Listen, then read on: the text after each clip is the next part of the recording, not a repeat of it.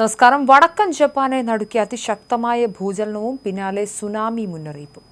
തിങ്കളാഴ്ച പ്രാദേശിക സമയം വൈകുന്നേരം 4:53 ലോകത്തെ മുൾമുനിൽ നിർത്തിക്കൊണ്ട് പ്രകൃതിയുടെ സംഹാര താണ്ഡവം ജപ്പാനിലുണ്ടായത്. വടക്കൻ പ്രവിശ്യയായ ഇവാറ്റയുടെ തീരക്കടലിൽ അനുഭവപ്പെട്ട ഈ ഭൂകമ്പം റിക്ടർ സ്കെയിലിൽ 7.4 തീവ്രത രേഖപ്പെടുത്തിയതായി ജപ്പാൻ മെറ്റീരിയോളജിക്കൽ ഏജൻസി അറിയിച്ചു.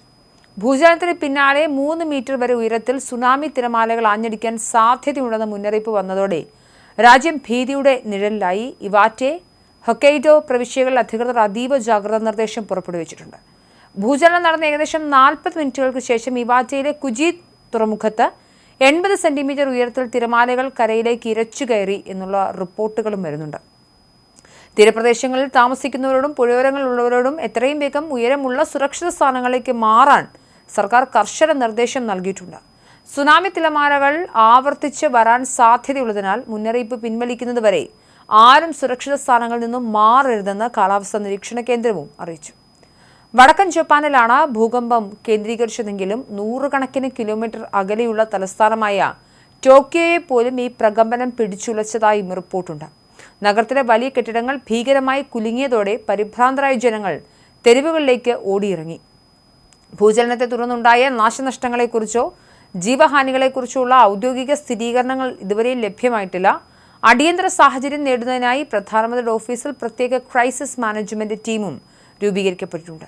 ജനങ്ങൾ പരിഭ്രാന്തരാകരുതെന്നും അധികൃതരുടെ നിർദ്ദേശങ്ങൾ പാലിക്കണമെന്നും പ്രധാനമന്ത്രി സന ടാക്കിച്ചി മാധ്യമങ്ങളിലൂടെ അഭ്യർത്ഥിച്ചിട്ടുണ്ട്. ഭൂചലന മേഖലയിൽ തുടർചലനങ്ങൾ ഉണ്ടാകാൻ സാധ്യതയുള്ളതിനാൽ ജാഗ്രത തുടരണമെന്ന് ഉദ്യോഗസ്ഥർ വാർത്താ സമ്മേളനത്തിൽ മുന്നറിയിപ്പ് നൽകി. നിലവിൽ ദേശീയ വാർത്താ ചാനലായ NHK പുറത്തുവിടുന്ന ദൃശ്യങ്ങളിൽ തുറമുഖങ്ങളിൽ വലിയ തോതിലുള്ള തകർച്ചകൾ പെട്ടെന്ന് ദൃശ്യമാകുന്നില്ലെങ്കിലും ജനങ്ങൾ ജാഗ്രതയിലാണ്. ഭൂമിശാസ്ത്രപരമായി ലോകത്തിലെ ഏറ്റവും വലിയ ഭൂകമ്പ സാധ്യതയുള്ള മേഖലയായ റിംഗ് ഓഫ് ഫയറിൽ സ്ഥിതി ചെയ്യുന്ന ജപ്പാന് പ്രകൃതിക്ഷോഭങ്ങൾ പുതിയ കാര്യമല്ല. ലോകത്തെ മൊത്തം ഭൂകമ്പങ്ങളിൽ 18% നടക്കുന്നത് ഈ കൊച്ചു ദ്വീപരാഷ്ട്രത്തിലാണ്. വർഷത്തിൽ ശരാശരി 1500ഓളം ഭൂചലനങ്ങൾ ജപ്പാനിൽ ഉണ്ടാകാറുമുണ്ട്. എങ്കിലും ഇത്തവണത്തെ ഭൂകമ്പത്തിന്റെ തീവ്രത ജനങ്ങളിൽ വലിയ ആധി സൃഷ്ടിച്ചിട്ടുണ്ട്. ഇതിന് പ്രധാന കാരണം 2011 ഇതേ തീരത്തുണ്ടായ മഹാദുരന്തത്തിന്റെ ഓർമ്മകളാണ്. അന്ന് റിക്ടർ സ്കെയിലിൽ 9 തീവ്രത രേഖപ്പെടുത്തിയ ഭൂചലനവും അതിനെ തുടർന്നുണ്ടായ സുനാമിയും 18,500ഓളം പേരുടെ ജീവനാണ് നിർത്തത്. ആ ദുരന്തത്തിൽ തകർന്നടിഞ്ഞ ഫുകുഷിമ ആണവ നിലയം ഇന്നും ലോകത്തിന് മായാത്ത നടുക്കമാണ്. പഴയ കൈപ്പേറിയ ഓർമ്മകൾ വീണ്ടും ജപ്പാൻകാരുടെ ഉറക്കം കെടുത്തുകയാണ്. നിലവിലെ സാഹചര്യത്തിൽ തീരപ്രദേശങ്ങളിൽ നിന്നും ആളുകളെ ഒഴിപ്പിക്കുന്നു തുടരുന്നുണ്ട്. ഭരണകൂടം സ്ഥിതിഗതികൾ നിരീക്ഷിച്ചു വരികയാണെന്നും സാധ്യമായ എല്ലാ സുരക്ഷാ മുൻകരുതലുകളും സ്വീകരിച്ചിട്ടുണ്ടെന്നും സർക്കാർ വക്താക്കൾ അറിയിച്ചു.